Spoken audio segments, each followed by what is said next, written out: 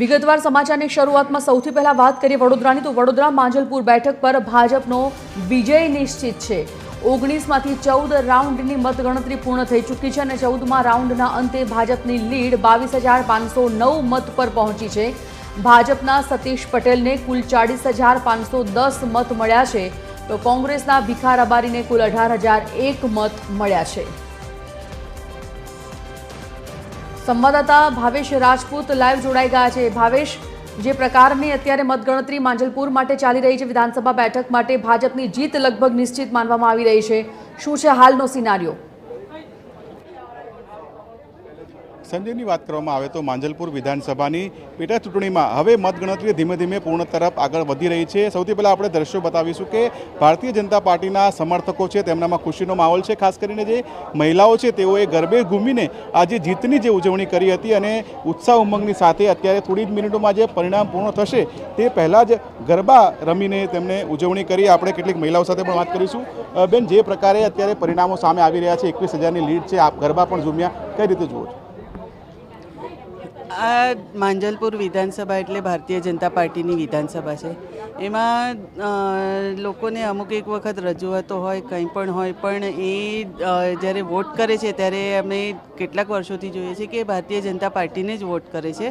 તો આ ક્યાંય બીજી જગ્યાએ સીટ જવાની જ નથી એ અમને ખાતરી હતી અને ખાલી વોટિંગ ઓછું હતું તોય લીડ આટલી બધી મળી છે, તો લગભગ ખાસી લીડ મળેલી છે।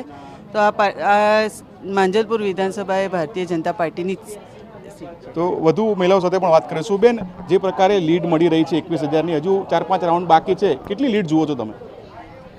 જો આટલા રાઉન્ડમાં જ આટલા 22,000નો જો લીડ છે તો અમને એવું લાગે છે કે હજુ લીડ મને લાગે કે 40,000 સુધીની પહોંચશે એવું મને લાગે છે।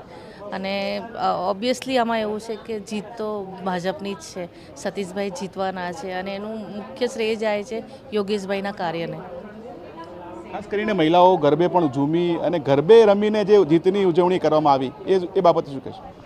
કારણ કે હમણાં સુધીનું ભારતીય જનતા પાર્ટીનું જે કાર્ય રહ્યું છે એમાં મહિલાઓને એકદમ સેન્ટરમાં રાખીને રહ્યું છે અને મહિલાઓને લગતા ઘણા બધા કાયદાઓમાં ફેરફાર થઈ છે અને ઘણા બધા કાર્યો એવા છે જે ભારતીય જનતા પાર્ટીએ મહિલાઓના હિતમાં કર્યા છે। એટલે ઓબ્વિયસલી એ પણ છે કે મહિલાઓ ગરબા રમે અને વધારે ઉત્સવ આમાં ઉજવવાનો જ છે, એમાં તો સ્વાભાવિક છે। આપની સાથે વાત કરીશું। બેન, તમે ભાજપ સાથે જોડાયેલા છો, આ જે જીત થઈ રહી છે કઈ રીતે જુઓ છો?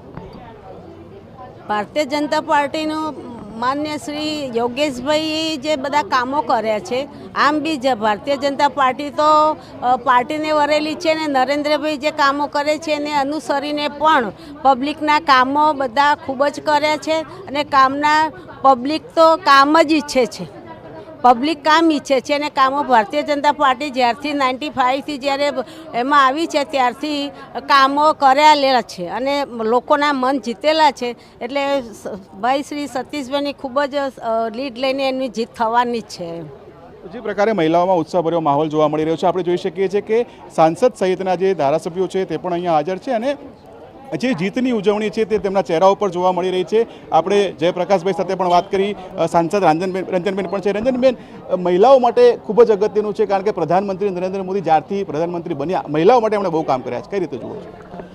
બિલકુલ, વડાપ્રધાન નરેન્દ્રભાઈ મોદીજી ગુજરાતના મુખ્યમંત્રી હતા ત્યારે પણ મહિલા સશક્તિકરણ અને મહિલાના ઉત્થાન માટેની અનેક યોજના અને મહિલાઓને પોતાના ઘરેથી પણ કાર્ય કરી શકે એના માટે ગૃહ ઉદ્યોગ, સખી મંડળ, આ બધી જ વાત કરી, યોજનાઓ મૂકીને મહિલાઓને પ્રોત્સાહન આપ્યું છે। વડાપ્રધાન બન્યા પછી મોદી સાહેબે દેશમાં મહિલાઓને પ્રાધાન્ય મળે, 33% મહિલાઓ વિધાનસભામાં હોય કે લોકસભામાં હોય એવું પ્રતિનિધિત્વ મહિલાઓને મળે એ દિશામાં મોદી સાહેબ કામ કરી રહ્યા હોય તો ગુજરાતની મહિલા અને એમાંય વડોદરા, ચોક્કસ ભાઈઓ હોય કે બહેનો હોય, હંમેશા મોદી સાહેબને પ્રેમ કરે છે, મોદી સાહેબને આશીર્વાદ આપે છે। ભારતીય જનતા પાર્ટીને તેઓ મત આપવા માટે હંમેશા તત્પર હોય છે અને સતીશભાઈ, યોગેશભાઈના નિધન પછી સતીશભાઈને જ્યારે ભારતીય જનતા પાર્ટીએ મેન્ડેટ આપ્યો, સૌ કાર્યકર્તાએ ખુશીની લાગણીથી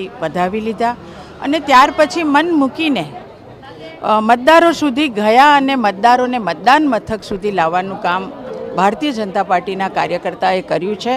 અને આજે આપના માધ્યમથી તમામ મતદારોને હું ખૂબ ખૂબ આભાર માનું છું અને સાથે સાથે કાર્યકર્તાનો પણ ખૂબ આભાર માનું છું કે કાર્યકર્તાએ પણ જે રીતે મન લગાવી અમારા નેતૃત્વએ જે રીતે કાર્યકર્તાને કામ કરવાનું કીધું ને એ માર્ગદર્શન હેઠળ કાર્યકર્તાએ કામ કર્યું. સાથે મુખ્યમંત્રી શ્રી આદરણીય ભૂપેન્દ્રભાઈ પટેલ અને નાયબ મુખ્યમંત્રી શ્રી હર્ષભાઈ અને સંગઠનના પ્રમુખ આદરણીય જગદીશભાઈ વિશ્વકર્માના માર્ગદર્શન હેઠળ પણ કાર્યકર્તા અને અમારી ટીમ ચૂંટાયેલા પ્રતિનિધિની કામ કરતી હોય છે. તો સાચે આજે તમે જોઈ શકો છો કે વડોદરા બાય ઇલેક્શનમાં પણ આટલું સારું રિઝલ્ટ એ વડોદરાની માજલપુરની જનતાએ મત આપીને કર્યું છે. એ મોદી સાહેબ માટે અને ભારતીય જનતા પાર્ટી માટેનો એમનો એક વિશ્વાસ છે અને એટલે જ આટલી સારી રીતે લીડ સાથે આદરણીય સતીશભાઈ આજે વિજય બનવાના છે. સતીશભાઈને હું ખૂબ અભિનંદન આપું છું. એમણે ખૂબ સંગઠનનો અનુભવ છે, સાથે સરકારનો પણ અનુભવ છે અને જે રીતે યોગેશભાઈએ સેવા કરી છે માજલપુર વિધાનસભાની એ જ ટ્રેન્ડ સાથે સતીશભાઈ પણ સેવા કરશે એવો હું મતદારોને અને કાર્યકર્તાઓને પણ વિશ્વાસ આપું છું. ધન્યવાદ.